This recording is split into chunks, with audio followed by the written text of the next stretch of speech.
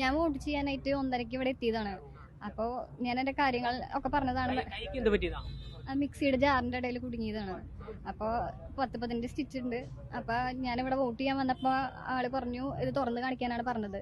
അപ്പൊ അവിടെ സഹപ്രവർത്തകരൊക്കെ പറഞ്ഞു വേറെ പേരിൽ വോട്ട് ചെയ്യുകയെന്ന്. പക്ഷെ ആള് അങ്ങനെ ചെയ്യാൻ നിയമമില്ല എന്നാണ് പറഞ്ഞത്. ഈ വീഡിയോ കാണുമ്പോഴാണ് ഒരു കാര്യം ഓർക്കുന്നത്. പാർലമെന്റ് പാസാക്കിയിട്ടുള്ള നിയമങ്ങൾ എന്താണെന്നറിയാത്ത, എന്തിനാണെന്നറിയാത്ത, ഇതെങ്ങനെ നടപ്പിലാക്കണമെന്നറിയാത്ത ഒരു സിസ്റ്റമാണ് ഇന്ന് നമ്മുടെ നാട്ടിലുള്ളത്.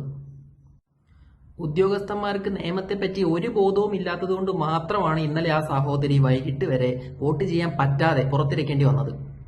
Representation of people act 1951 section 62 കൃത്യമായിട്ട് പറയുന്നുണ്ട്, ഇലക്ടറൽ റോളിൽ പേരുള്ള ഏതൊരു ഇന്ത്യൻ പൗരനും ഇന്ത്യയിൽ വോട്ട് ചെയ്യാൻ സാധിക്കുന്നതാണ്. തിരഞ്ഞെടുപ്പ് പെരുമാറ്റച്ചട്ടത്തിലെ റൂൾ 49K കൃത്യമായിട്ട് പറയുന്നുണ്ട്, ഇടത് കൈയിലെ ചൂണ്ടുവിരൽ അൺഅവൈലബിൾ ആണെങ്കിലോ അതല്ലെങ്കിൽ എന്തെങ്കിലും ഇഞ്ചുറി പറ്റിയാലോ അതേ ഇടത് കൈയിലെ തന്നെ മറ്റേതെങ്കിലും ഒരു വിരൽ മഷി പതിപ്പിക്കാൻ വേണ്ടി ഉപയോഗിക്കാവുന്നതാണ്. ഇതിനെ പിന്താങ്ങുന്ന തരത്തിലുള്ള ഒട്ടനവധി കോടതി ഉത്തരവുകൾ ഉണ്ടായിരുന്നിട്ടും ഇന്നലെ ആ ഉദ്യോഗസ്ഥരെ കാണിച്ചത് 100% നിയമലംഘനം തന്നെയാണ്. സ്ത്രീ ആയാലും പുരുഷനായാലും ഏത് മതത്തിന്റെയോ പാർട്ടിയുടെയോ വക്താവായാലും നിയമം നൽകേണ്ട പ്രൊട്ടക്ഷൻ ഓരോ ഇന്ത്യൻ പൗരനും ലഭിക്കുക തന്നെ വേണം. അതില്ലാത്ത പക്ഷം എന്ത് ജനാധിപത്യം?